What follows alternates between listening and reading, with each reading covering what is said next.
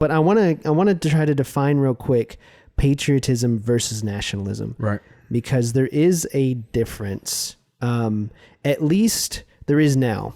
Maybe before the 20th century, there may not have been. But after the rise of the fascism in Europe and even communism, the idea of nationalism, well, I guess communism is more of a global ideology, but nationalism kind of took a heavy hit in any kind of good sense. And in our last episode, we talked about how there is a difference between good and bad nationalism. Right.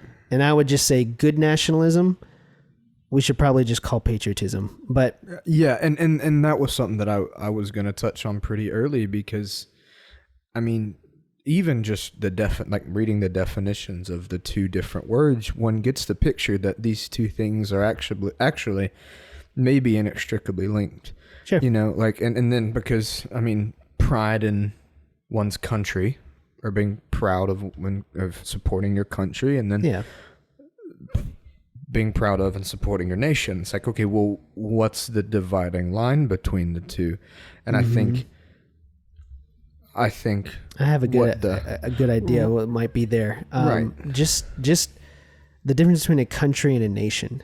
Right. Because a nation tends to be made up, and even the what is the word for the history of a word? The etymology. Etymology. Thank you. Obviously, I can't speak. So the etymology of the word nationalism or nation gets into something that traces back to an original founder of a people group. Right. So it's more of a people group kind of thing. Yes. But a country could be made up by people who just agree to a couple principles. Right. It could be a bunch of different people, which is why I think patriotism is a better idea, and actually would mirror dimly the Christian idea of people coming together unified by something bigger than themselves. Right. So real quick, I do have a definition here for patriotism.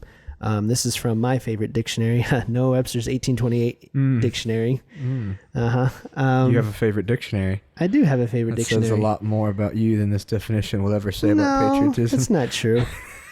The reason I have a favorite is I do so much study of the founding documents. That having a dictionary from that time helps me understand that makes a lot of sense. So when I say I have a favorite dictionary, I mean I'm in this dictionary more often than the others because I'm using it for that purpose. Yeah.